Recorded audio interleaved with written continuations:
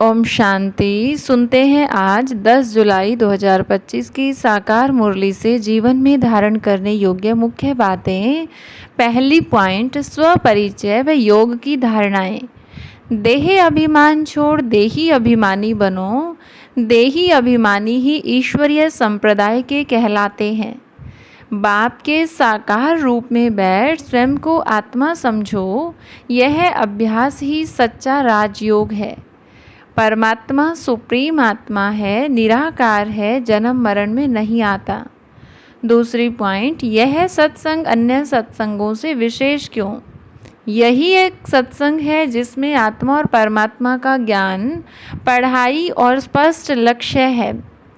अन्य सत्संगों में सिर्फ भक्ति है, यहाँ बाबा ज्ञान और वर्षा देते हैं। नेक्स्ट पॉइंट, बाबा की मुख्य शिक्षाएं। आत्मा अविनाशी है, शरीर विनाशी है। आत्मा को ही पावन बनाना है। बाप की श्रीमत से ही गति सद्गति होती है। 84 जन्मों की स्मृति रखो। भारत ही उच्च खंड है, देवी देवताओं का आदि धर्म। नेक्स्ट पॉइंट, स्वर्णिम भारत की पहचान। सतयुग में भारत स्वर्ग था, वाइसलेस था, लक्ष्मी नारायण का राज्य था। भारत पहले सबसे साल्वेंट था, अब मोस्ट इनसाल्वेंट है, भीख मांगता है। नेक्स्ट पॉइंट, पुरुषोत्तम संगम युग की विशेषता। बाबा हमें इस युग में पुरुषोत्तम बना रहे हैं, नर से नारायण बनने की राह दिखाते हैं। यह ही सच्ची सत्य नारायण की कथा है। बाप ही ज्ञान का सागर है। नेक्स्ट पॉइंट, ऑनेस्ट बनने की पहचान। हर खजाने को बाप की श्रीमत अनुसार ही लगाना, यही सच्ची ईमानदारी है।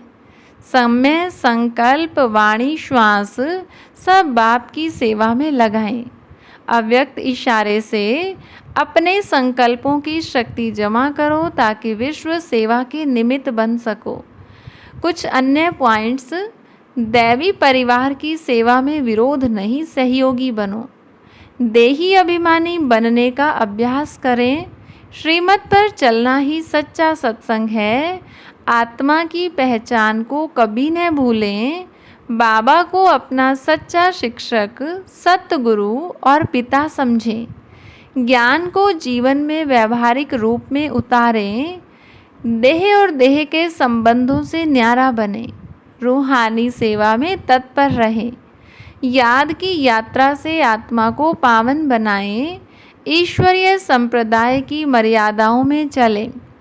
स्वदर्शन चक्रधारी बन हर कर्म में आत्मबोध रखें। अच्छा, ओम शांति।